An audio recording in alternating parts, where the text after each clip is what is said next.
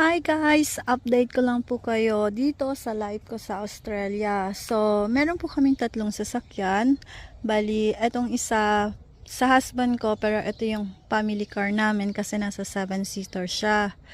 Tapos, ako meron din, yung anak ko may sasakyan din. Etong isang to, kakapagawa ko lang mga few months ago. And then, ang nagastos namin is $1,900. So, ayun po. So, ito naman po yung sasakyan ko, 5-seater. Kakapalit lang po ng dalawang gulong niyan sa unahan, which is 250 each ng tire. Total of 500 plus meron silang $9 na disposal each ng tire po. So, yun. Then, yung sasakyan ng anak ko, kung nakikita niyo, wala dito. Hindi nakapark. Kasi po, nasa mekaniko. Ulit.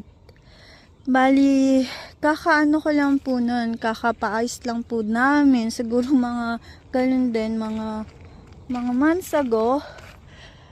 Pero, ngayon, wala dito. Kakapaayos lang ng months ago.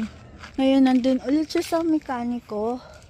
Baling yung parang nagastos din doon nung pinaayos yun is nasa $1,800.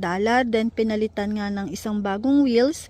And then ngayon nasa mekaniko, kailangan ng parts. And then parang ang cost niya ngayon is almost 700 sa pagpapagawa at sa parts.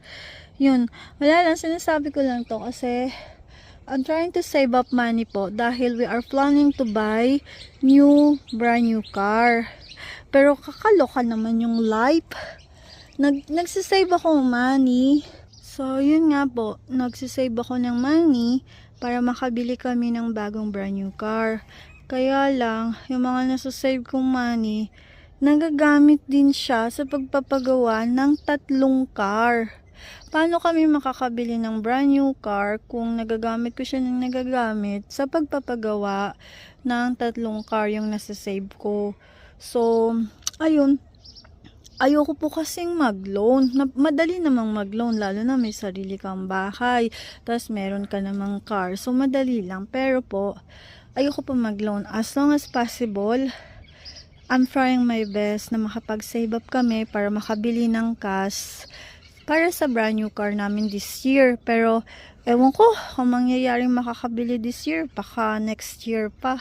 So, ayun lang po yung kwento ng buhay.